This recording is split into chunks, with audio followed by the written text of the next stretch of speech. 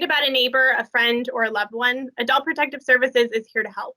And in the past year, they've helped over 2,100 elderly and dependent adults stay independent in their homes. I'm Shannon Quigley, and this is Placer Protect Presents. Today, I'm joined by two social workers from Adult Protective Services, Shannon Lemons and Victoria Salas. Thank you both for joining us today. Can you start by telling us a little bit about what Adult Protective Services is? Yes, Shannon, thank you. Adult Protective Services is a division of Health and Human Services in Placer County, and we're part of the adult system of care. Adult Protective Services is mandated by law to investigate allegations of abuse, make contact with clients, offer services and resources, and intervene when appropriate and necessary. Our mission at Adult Protective Services is to assist elderly and dependent adults remain independent as safely as they can in their own environment, in the least restrictive environment as possible. The clients we serve are aged 18 to 64 if they're a dependent adult, or age 65 and above as elders. So if someone is concerned about a loved one, what should they do to contact Adult Protective Services? There are two ways that someone can contact Adult Protective Services. The first would be to utilize our 24-hour, 7-day-a-week adult intake line at 916-787-8860. The second would be to utilize our non-emergency online reporting tool, which you can find at www.placer.ca.gov/APS. You can be assured once a report is filed, we protect the confidentiality of our reporting party. So as a social worker, once Adult Protective Services receives a report, what do you do? So Adult Protective Services is a 24/7, 7 days a week program. We take calls through an emergency program and adult intake, like Victoria had said, and from there, they go to our worker of the day. The worker of the day triages those calls for imminent health and safety risks. If we determine that there's an imminent health and safety risk, we will go out immediately and see what kind of resources we can offer or help stop whatever imminent safety risk may be facing. Otherwise, we will go ahead and we schedule within a designated time, a response time, to go out to the home and offer a variety of resources. And this is what we love to do. This is our bread and butter. We are resource brokers. I like to think of Adult Protective Services as the person who brings in the resources to help our seniors. I'll come in with a binder and it'll contain applications for My Rides, Meals on Wheels, transportation services, home health care, Medi-Cal. We might be looking at legal services to intervene with different kind of law issues. It's a variety of resources. And so we'll help connect those with those and link those clients to help them remain safe in their environment. Our goal, like I said, is to keep clients home. And Victoria, can you give us an example of how this might work?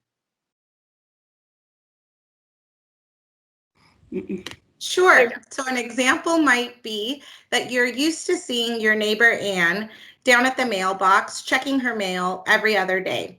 But suddenly you stop seeing her and you haven't seen her for several weeks and you feel that funny feeling in your stomach and you grow concerned. You contact Adult Protective Services and file a report of concern. And through our investigation, we learned that Anne had a fall. She was hospitalized and she's now rehabilitating in a skilled nursing facility. However, when it gets back home, she doesn't have anybody in her world to support her with accessing all of the services that she might need. So Adult Protective Services would outreach her, and we could offer her resources such as home health care, private pay care support. It could be anything as housekeeping. It could be meal services. It could be maybe somebody just helping her manage her bills. We will offer her all of those resources and offer to support her with linking with those resources if she accepts, so that she can maintain independence in her home for as long as possible.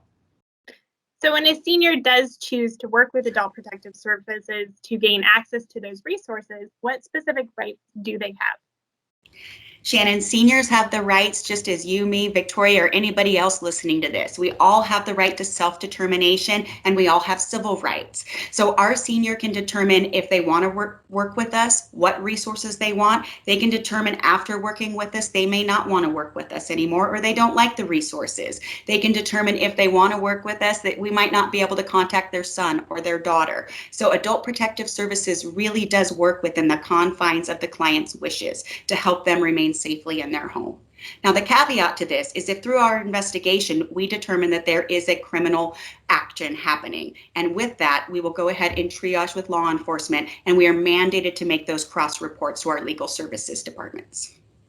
There have been so many unfortunate situations in which our victims in criminal cases need access to resources and services, and Adult Protective Services has always been so helpful in assisting our victims during those. I want to thank you both for taking the time to talk about Adult Protective Services today. You guys do an amazing job. Thank you for having us. Thank you, Shannon. It's easy to talk about what we love.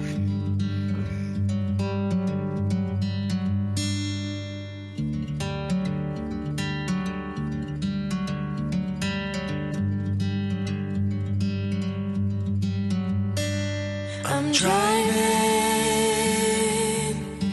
down an empty freeway, no waiting for the light to change. I'm seeing the sunrise behind